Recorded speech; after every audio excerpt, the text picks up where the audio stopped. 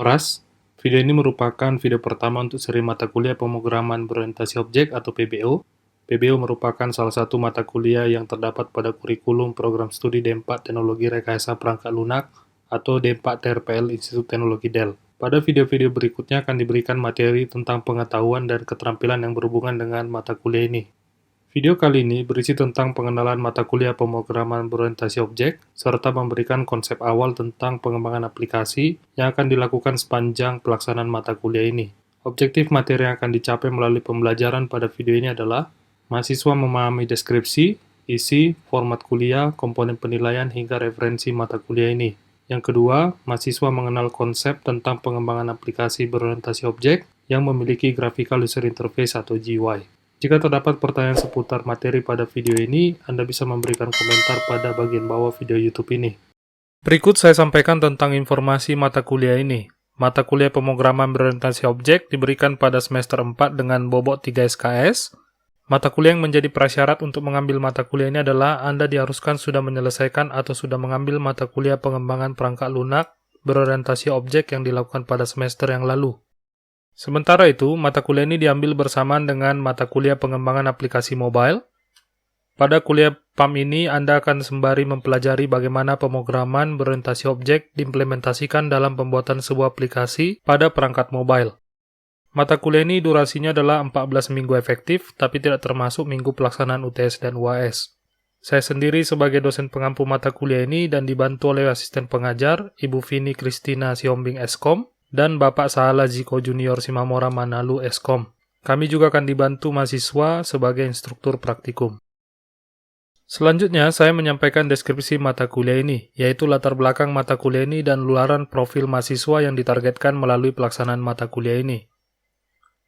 Pada mata kuliah pengembangan perangkat lunak berorientasi objek dengan kode 1142103, mahasiswa sudah diberikan pengetahuan terkait paradigma perangkat lunak yang dibangun dengan pendekatan berorientasi objek. Konsep yang berhubungan dengan dasar pemrograman ini diberikan bersama dengan pemodelan dan cara implementasi. Mahasiswa juga diberikan keterampilan dalam penggunaan paradigma ini dengan menggunakan bahasa pemrograman berorientasi objek. Bahasa yang digunakan adalah Java. Pada mata kuliah tersebut, mahasiswa mengaplikasikan konsep berorientasi objek dalam menghasilkan sebuah aplikasi berbasis konsol. Interaksi pengguna dan aplikasi dilakukan melalui terminal yang telah disediakan. Hal ini bisa dilihat seperti potongan program berbasis konsol yang dapat dibuat menggunakan program Java seperti berikut ini. Anda bisa lihat bahwa interaksi dilakukan via perintah teks yang diketikkan ke konsol dan kemudian hasilnya akan ditampilkan dalam rangkaian teks ke konsol juga. Akan tetapi, aplikasi saat ini banyak yang sudah menggunakan Graphical User Interface, memanfaatkan penggunaan database, serta melakukan komunikasi antar komputer. Untuk menghasilkan sebuah perangkat lunak yang utuh dan sesuai dengan kebutuhan pengguna, maka komponen yang dihasilkan harus lengkap. Aplikasi juga diharapkan agar berjalan dengan baik dan bebas dari error. Nah, hal ini belum dicakup pada mata kuliah pengembangan perangkat lunak berorientasi objek yang dilakukan pada semester yang lalu. Pada mata kuliah pemrograman berorientasi objek, mahasiswa diperkenalkan dan dibimbing untuk menguasai pengetahuan dan keterampilan lebih lanjut tentang paradigma berorientasi objek tersebut, beserta implementasinya dalam kode program. Mahasiswa akan mempelajari pengembangan perangkat lunak yang berjenis aplikasi desktop. Perangkat lunak desktop ini adalah aplikasi yang dapat diinstalasi pada satu komputer dengan tujuan kegunaan khusus. Mahasiswa diharapkan dapat membuat antarmuka grafis bagi aplikasi, menggunakan database, hingga aplikasi desktop tersebut dapat bekerja pada jaringan komputer. Untuk memastikan aplikasi bekerja dengan baik, materi tentang unit testing juga diberikan dalam mata kuliah ini. Mahasiswa juga diajarkan pendekatan best practice dengan desain pattern yang relevan dengan aplikasi yang dibangun. Dengan mengikuti kuliah ini, mahasiswa diharapkan memiliki kemampuan yang lebih lengkap dalam menggunakan paradigma object-oriented, yaitu bisa merancang, mendesain, serta mengimplementasi pembuatan perangkat lunak desktop yang utuh. Oleh karena itu, mahasiswa akan memiliki modal untuk menjadi seorang desktop application developer, spesialisasi pada platform Java. Di akhir kuliah, mahasiswa diharapkan akan mencapai objektif yang disampaikan pada daftar ini. Jika mahasiswa merasa belum mencapai objektif yang ada pada list ini, maka mahasiswa diharapkan untuk mengeksplorasi lagi kembali topik tersebut berdiskusi dengan sesama mahasiswa, dan melibatkan tim pengajar jika memerlukan bantuan untuk mencapai objektif tersebut. Kemampuan menyelesaikan masalah dengan pendekatan eksploratif harus dapat dikembangkan oleh mahasiswa sebagai modal dalam memasuki dunia industri. Terdapat 8 modul utama mata kuliah pemrograman berorientasi objek ini. Dalam setiap modul terdapat detail topik yang akan dipelajari dan dilatih penguasaan keterampilannya. Kuliah terdiri dari modul-modul utama sebagai berikut. Yang pertama, modul Graphical User Interface. Modul ini akan banyak berisi topik tentang bagaimana antarmuka pengguna grafis diimplementasikan untuk aplikasi desktop berbasis Java, mulai dari penggunaan Java LWT, Java Swing, Java Effects, hingga event handlingnya. Berikutnya adalah modul terkait database programming. Database programming meliputi penggunaan embedded database pada aplikasi desktop menggunakan H2, lalu penggunaan JDBC terhadap database SQLite, dan setelah itu materinya adalah terkait penggunaan framework Hibernate. Modul berikutnya adalah pendekatan model view controller atau MVC yang berisi tentang pengenalan konsep dan bagaimana implementasinya ketika melakukan pengembangan aplikasi desktop berorientasi objek. Setelah itu ada modul I/O yang di dalamnya ada submodul writing stream dan read stream. Kemudian modul trading yang di dalamnya terdapat submodul pengenalan dan multithreading. Terkait komunikasi aplikasi dalam jaringan komputer, terdapat modul Java Networking, di dalamnya terdapat submodul pengenalan konsep dan implementasi. Selain itu, terdapat submodul pemanfaatan web service untuk fitur aplikasi desktop. Dua modul terakhir adalah Best Practices dalam pengembangan aplikasi desktop, beserta pengembangannya. Modul pengembangan aplikasi desktop meliputi pembuatan spesifikasi, perancangan, pengembangan komponen aplikasi, hingga implementasi komponen tersebut. Pelaksanaan mata kuliah pemrograman berorientasi objek dilakukan dengan format sebagai berikut. Yang pertama adalah kelas teori. Pada kelas teori disampaikan materi-materi dasar terkait pengembangan aplikasi desktop, pemrograman berorientasi objek, serta penggunaan bahasa pemrograman Java. Setiap sesi kelas teori berlangsung selama 50 menit, dan jika merujuk pada taksonomi Bloom, pelaksanaan kelas ini akan menggambarkan C1 dan C2 untuk pencapaian belajar mahasiswa. Berikutnya adalah kelas praktikum. Pada kelas ini, mahasiswa diberikan materi untuk mengasah kemampuan mereka dalam mengembangkan aplikasi desktop dengan mengerjakan materi praktikum sesuai petunjuk langkah-langkah yang diberikan. Setiap sesi kelas praktikum berlangsung selama 110 menit. Di akhir sesi, mahasiswa diharapkan untuk mengumpulkan hasil praktikum untuk dinilai. Jika merujuk pada taksonomi Bloom, pengerjaan praktikum akan menggambarkan C1 hingga C3 untuk pencapaian belajar mahasiswa. Kemudian ada kuis. Kuis dilakukan untuk menguji pemahaman dan penguasaan mahasiswa terhadap konsep-konsep yang sudah diberikan pada kelas teori dan praktikum. Kuis dilakukan setiap penyelesaian materi mingguan yang diatur secara terpisah, dan jika merujuk pada taksonomi Bloom, soal-soal akan menggambarkan C1 hingga C3 pemahaman mahasiswa. Selanjutnya adalah tugas proyek. Tugas diberikan untuk menguji kemampuan mahasiswa dalam memberikan solusi terkait permasalahan yang diberikan. Mahasiswa diharapkan dapat memformulasi, mendesain, serta mengimplementasi solusi yang diberikan.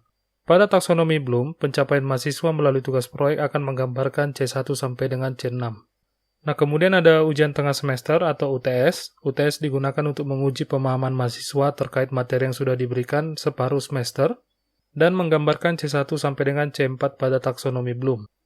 Format mata kuliah yang terakhir adalah ujian akhir semester atau UAS. UAS digunakan untuk menguji pemahaman mahasiswa terkait materi yang sudah diberikan di paruh semester terakhir dan menggambarkan C1 sampai dengan C4 pada taksonomi Bloom.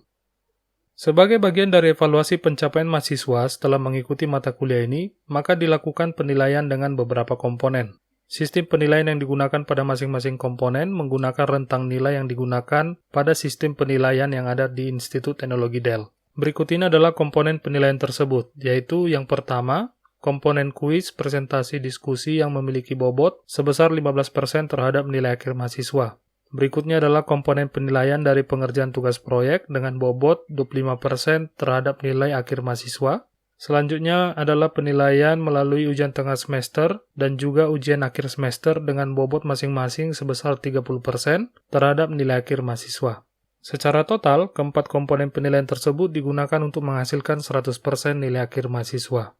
Catatan terkait proyek mata kuliah, bahwa anggota kelas Anda harus dibagi ke dalam kelompok yang beranggotakan maksimal 4 orang. Jika jumlah mahasiswa tidak habis dibagi 4, maka akan ada satu atau beberapa kelompok yang beranggotakan 3 orang.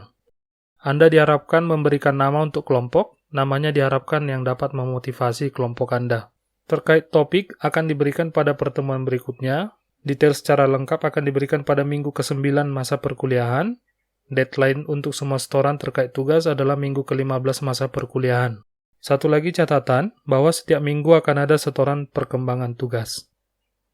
Dalam mengikuti mata kuliah pemrograman berorientasi objek, ada aturan yang Anda harus ikuti. Anda diharuskan untuk selalu aktif dalam mengikuti semua kegiatan perkuliahan. Jadilah proaktif dengan melakukan pembelajaran mandiri untuk memaksimalkan penguasaan Anda terhadap pengetahuan dan keterampilan yang diajarkan. Anda harus belajar dalam memecahkan persoalan dan selalu melakukan eksplorasi terkait topik mata kuliah. Anda juga harus serius dalam mengikuti mata kuliah ini agar bisa mencapai hasil yang terbaik. Walaupun demikian, Anda juga harus ingat untuk rileks agar tercapai keseimbangan dalam belajar dan menikmati masa-masa perkuliahan. Saya berharap Anda menjadikan kuliah ini menjadi batu loncatan untuk mencapai cita-cita yang Anda telah tetapkan. Oh ya, terkait setoran tugas, terdapat aturan keterlambatan yang harus diperhatikan. Pertama, diberikan penalti nilai 10% untuk tiap hari keterlambatan, dan berikutnya jika tidak ada setoran hingga 5 hari sejak deadline, maka nilai otomatis 0. Perangkat atau KAKAS atau tools yang perlu Anda siapkan ketika mengikuti mata kuliah pemrograman berorientasi objek ini antara lain NetBeans yang menjadi IDE utama yang digunakan untuk pembuatan aplikasi. Framework yang digunakan adalah JavaFX, Hibernate, Slim Framework. Slim Framework sendiri digunakan untuk pembuatan web service sederhana. Kemudian database yang digunakan adalah SQLite dan H2. Web server yang dipakai adalah XMPP, lalu akan ada penggunaan library Retrofit. Referensi yang dipakai dalam mata kuliah ini ada yang berasal dari buku dan ada juga yang berasal dari materi yang tersedia luas di internet. Silakan mengeksplorasi lebih lanjut referensi tersebut. Oke, itu dia tadi pengenalan mata kuliah ini. Sekarang kita akan membahas lebih lanjut tentang aplikasi yang dibangun pada mata kuliah ini. Seperti tadi sudah disampaikan sekilas bahwa pada mata kuliah ini aplikasi desktop adalah jenis perangkat lunak yang akan dibangun menggunakan pemrograman berorientasi objek. Nah, apa itu aplikasi desktop? Secara umum, aplikasi desktop sendiri didefinisikan sebagai aplikasi yang dapat dijalankan pada sebuah komputer dan dikembangkan untuk melakukan tugas-tugas tertentu. Aplikasi desktop bisa dibedakan dari aplikasi web dan aplikasi mobile karena perbedaan cara atau lokasi pengeksekusiannya. Aplikasi web dijalankan dengan menggunakan web browser dan cenderung dapat diakses di berbagai perangkat. Hal ini karena pada berbagai platform sudah tersedia lingkungan pengeksekusian berupa web browser. Sementara aplikasi mobile adalah perangkat lunak yang dijalankan pada perangkat mobile seperti smartphone, kulkas, mobil, hingga televisi. Aplikasi desktop biasanya memiliki karakteristik sebagai berikut, yaitu perangkat lunak jenis ini biasanya dikembangkan untuk sistem operasi tertentu. Kegunaannya bisa untuk melengkapi fitur dari sistem operasi tersebut hingga untuk mendukung bisnis atau aktivitas penggunanya. Walaupun demikian, terdapat aplikasi desktop yang dikembangkan untuk berbagai sistem operasi dan dimungkinkan untuk melakukan komunikasi antar platform. Penekanannya di sini adalah bahwa aplikasi desktop ini harus diinstalasi ke sistem operasi yang mendukung pemakaiannya. File installernya dipilih sesuai dengan target sistem operasi. Berikutnya, karakteristiknya adalah terdapat spesifikasi hardware untuk menjalankannya. Biasanya ada pengecekan kesesuaian kemampuan komputasi, kapasitas memori, hingga ketersediaan media penyimpanan agar aplikasi desktop dapat diinstalasi. Hal ini berbeda dengan aplikasi web yang hanya fokus ke ketersediaan web browser untuk penggunanya. Pertimbangan spesifikasi hardware yang paling utama dilakukan terhadap web server. Selanjutnya, update aplikasi desktop dilakukan pada saat instalasi. Bahkan update cenderung harus dilakukan di masing-masing perangkat. Tidak seperti aplikasi web yang update bisa dilakukan terpusat di web server saja.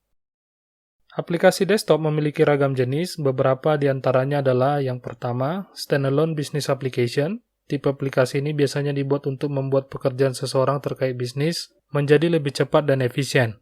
Contohnya adalah paket Office dari Microsoft atau produk open source OpenOffice yang dapat digunakan untuk menulis dokumen hingga membuat presentasi. Jenis yang kedua adalah Utilities and Plugins for Systems. Aplikasi desktop ini bertujuan untuk meningkatkan efisiensi pekerjaan penggunanya, misalnya aplikasi map, kalender, kalkulator, hingga aplikasi chatting. Berikutnya adalah client-server application. Aplikasi ini bekerja pada komputer lokal, tapi data yang diperlukan tersedia dan diakses pada remote server. Bahkan, proses tertentu juga dapat dijalankan pada remote server dan hasilnya dikirimkan ke komputer lokal. Contohnya adalah aplikasi Mail Manager. Jenis selanjutnya adalah multimedia applications. Aplikasi ini dipakai untuk membantu menjalankan film, video, file audio, atau file-file multimedia lainnya. Contohnya adalah video editor, MP3 player, dan lain sebagainya. Jenis berikutnya adalah collaborative application. Aplikasi desktop ini dapat digunakan untuk mengerjakan sebuah tugas secara kolaboratif atau melibatkan beberapa pengguna. Contohnya adalah aplikasi untuk online meeting. Nah, masih banyak lagi kategori aplikasi desktop yang lainnya, tapi kelima kategori tersebut merupakan kategori aplikasi desktop yang sering kita temukan.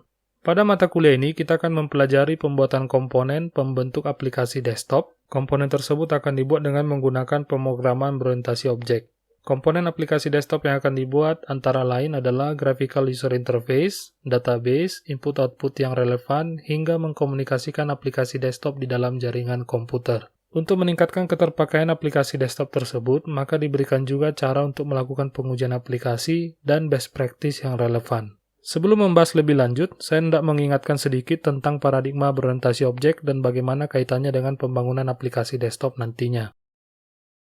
Anda harus mengingat bahwa objek adalah inti dari paradigma ini. Apa itu objek? Objek adalah representasi dari hampir semua yang Anda perlu modelkan dalam sebuah program. Objek nantinya akan memiliki atribut yang menggambarkan karakteristiknya dan metode yang menggambarkan perilaku atau tanggung jawabnya dalam sebuah sistem.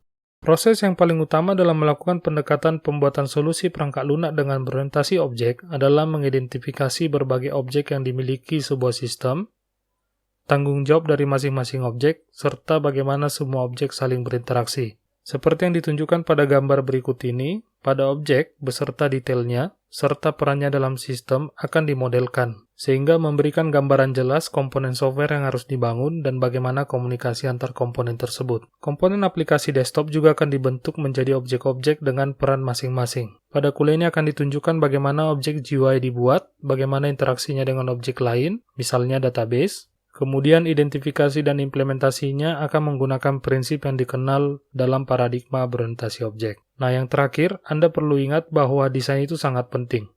Desain yang elegan dapat memudahkan Anda dalam proses implementasi atau pembuatan kode program untuk aplikasi yang Anda bangun. Oke, dari tadi saya sudah membicarakan tentang Graphical User Interface atau GUI. Jadi apa itu GUI? Graphical User Interface adalah antarmuka bagi pengguna untuk mengakses fitur dari aplikasi dalam bentuk grafis. Antarmuka tersebut merupakan tampilan dari aplikasi yang berisi komponen grafis yang dapat digunakan untuk interaksi antara pengguna dengan aplikasi tersebut. Dengan demikian, pengguna tidak lagi mengetikkan perintah yang harus dijalankan komputer pada CLI atau Command Line Interface, seperti yang saya tunjukkan contohnya tadi. Untuk pengembangan aplikasi desktop dengan GUI, bahasa pemrograman Java sudah memiliki paket standar untuk pembuatannya. Nanti kita akan bahas lebih lanjut. GUI yang akan dibangun akan memiliki komponen-komponen untuk interaksi seperti yang ditampilkan pada gambar berikut ini. Pada gambar tersebut, Anda bisa melihat sebagian kecil komponen GUI yang bisa dibuat untuk sebuah aplikasi desktop, misalnya button atau tombol, label, komponen untuk mendapatkan input dari pengguna menggunakan text field, atau komponen lain yang Anda juga sering temui ketika membangun aplikasi pada web seperti checkbox, radio button, dan combo box. Nah, ini hanya sebagian kecil contoh dari komponen Graphical User Interface. Sebelum melihat paket-paket apa saja yang disediakan oleh Java untuk pembuatan GUI, maka Anda harus tahu terlebih dahulu bahwa GUI dapat dikelompokkan ke dalam dua jenis. Jenis yang pertama adalah Heavyweight Components. Jenis GUI ini akan menghasilkan komponen-komponen grafis antarmuka yang tampilannya bergantung kepada tampilan native sistem operasi. Ini artinya bahwa walaupun aplikasi tersebut menggunakan kode program yang sama, tapi tampilan aplikasi akan berbeda-beda tergantung kepada library GUI pada sistem operasi tempatnya dieksekusi. Anda tentu masih ingat bahwa bahasa pemrograman Java punya moto write once, run everywhere. Akan tetapi, pengguna bisa mendapatkan perbedaan tampilan aplikasi jika menggunakan heavyweight components. Contohnya adalah, sebuah program Java ketika dieksekusi pada platform X Windows akan memiliki tampilan sebagai berikut.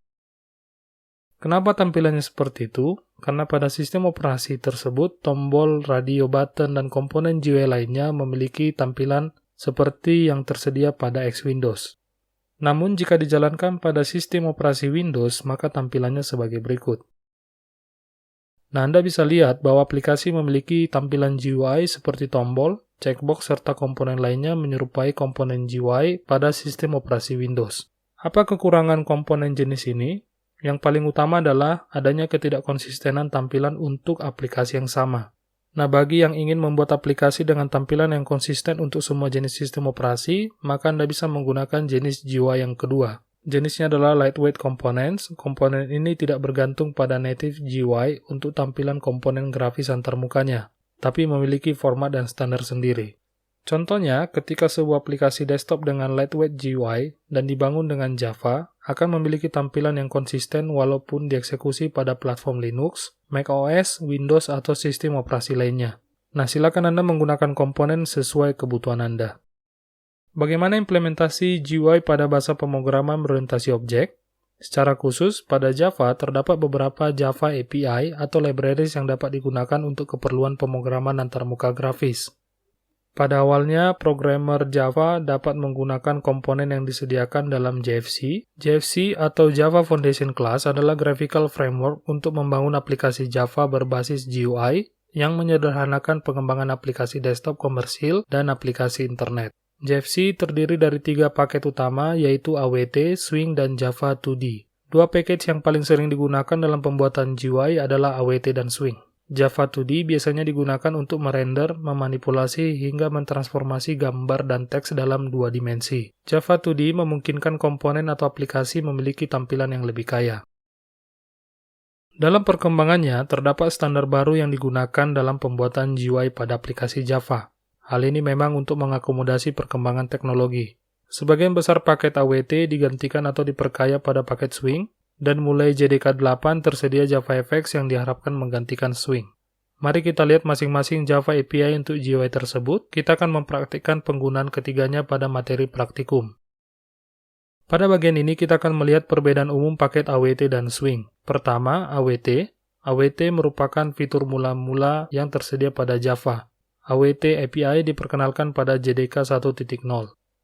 AWT termasuk heavyweight components karena tampilannya bergantung pada komponen native, artinya tampilan aplikasinya akan berbeda pada berbagai sistem operasi. Komponen AWT sangat banyak, yang terdiri dari 12 paket dengan 370 kelas. Akan tetapi, paket yang paling sering dipakai adalah paket java.awt dan paket java.awt.event. Kemudian, sebagian besar komponen AWT sudah obsolete dan digantikan oleh komponen terbaru dari Swing. Beberapa kelas pada package Java AWT masih tetap dibutuhkan atau tidak digantikan oleh Swing, khususnya kelas yang tidak termasuk komponen, misalnya warna. AWT tetap didukung pada pengembangan aplikasi Java, tapi lebih cocok digunakan untuk membangun aplikasi pada platform tertentu saja. Masih ada aplikasi yang menggunakan AWT, misalnya penggunaan Java Micro Edition yang digunakan untuk perangkat tertentu yang berbasis AWT. Oke, bagaimana dengan Swing? Swing diharapkan dapat menggantikan penggunaan paket AWT. Swing memiliki libraries yang lebih komprehensif dibandingkan AWT, misalnya tersedia komponen untuk pengambilan tanggal atau date picker, serta komponen pengambilan warna atau color picker. Jika menggunakan AWT, maka Anda harus membangun sendiri komponen tersebut. Swing ditulis dengan menggunakan bahasa Java, sehingga lebih portable dan tidak bergantung pada native system. Swing merupakan lightweight components. Paket Swing sendiri sangat besar dengan jumlah 18 dan terdiri atas 737 kelas pada JDK 1.8. Swing mendukung aktivitas yang menggunakan sedikit sekali mouse, komponennya dapat dioperasikan menggunakan keyboard, dan komponen Swing juga mendukung untuk pembuatan tooltips. Untuk mengenali komponen Swing pada kode program sangat mudah, karena kelas komponen Swing yang ada pada package javax.swing dimulai dengan prefiks J. Sebagai contoh, komponen tombol dinamai dengan JButton, untuk text field diberi nama JTextField. Nah, kita akan melihat contohnya dalam praktikum. Mungkin Anda ada yang bertanya, Pak, bisakah keduanya dipakai dalam satu kode program aplikasi desktop? Nah, jawabannya bisa. Khususnya nanti untuk event handling, komponen Swing akan menggunakan package dari AWT. Akan tetapi, hindari menggabungkan keduanya, khususnya komponennya. Apa itu komponen, Pak? Itu adalah elemen utama antarmuka grafis, seperti tombol, label, radio buttons, checkbox, dan elemen yang masuk ke dalam subkelas komponen pada AWT maupun Swing. Penggunaan komponen AWT dan Swing secara bersama-sama memang tidak menyebabkan compile time error, tapi komponen-komponennya akan ditampilkan secara tidak tepat atau tidak sesuai dengan desain yang diharapkan. Kemudian, generasi berikutnya dari framework GUI untuk bahasa pemrograman Java dirilis pada tahun 2008. Framework tersebut adalah JavaFX. JavaFX sendiri masuk ke dalam kategori lightweight components dan memiliki lebih dari 30 paket yang dapat dimanfaatkan. Pada saat rilis JDK 11 di tahun 2018, Oracle membuat JavaFX menjadi bagian dari OpenJDK. untuk meningkatkan kecepatan dalam pengembangannya. OpenJDK adalah implementasi platform Java Standard Edition yang gratis dan open source, yang kegiatannya dimulai oleh Sun Microsystem pada tahun 2006. Yang paling menonjol dari penggunaan JavaFX untuk pembuatan GUI dalam aplikasi desktop adalah pemakaian markup language untuk pembuatan struktur tampilan aplikasi. Hal ini mirip dengan penggunaan HTML pada pengembangan web atau penggunaan XML untuk sumber daya layout pada aplikasi mobile Android. Markup language pada JavaFX disebut dengan fXML. Anda bisa melihat contohnya pada gambar berikut ini. Nah, berbeda dengan implementasi AWT dan Swing, komponen GUI menggunakan JavaFX dapat dikembangkan dengan memakai IDE. Yang paling populer adalah Scene Builder. Dengan menggunakan IDE ini, Anda bisa tinggal drag and drop komponen dari daftar yang sudah ada. Isi fXML dari file antarmuka tersebut juga akan otomatis dihasilkan ketika menggunakan IDE tersebut. Keseluruhan Java API untuk pembuatan GUI pada aplikasi desktop akan kita praktekkan pada sesi berikutnya. Baik, itu dia materi pada sesi ini. Kesimpulan yang dapat saya sampaikan antara lain, yang pertama, mata kuliah ini berisi materi pembuatan aplikasi desktop yang menerapkan paradigma berorientasi objek. Kedua, aplikasi desktop yang dikembangkan memiliki graphical user interface atau GUI. Dan kesimpulan yang ketiga adalah Java menyediakan API untuk pengembangan aplikasi GUI yang kekinian. Jika ada pertanyaan, Anda diharapkan mengeksplorasi terlebih dahulu via internet. Kalau sudah mentok, Anda dapat meminta bantuan kepada tim pengajar. Kemampuan eksplorasi untuk menyelesaikan persoalan adalah kemampuan yang dilatih sebelum memasuki dunia industri.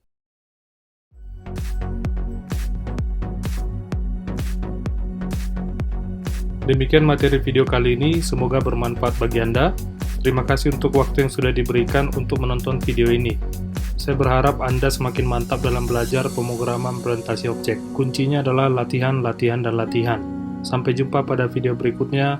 Horas, horas, horas.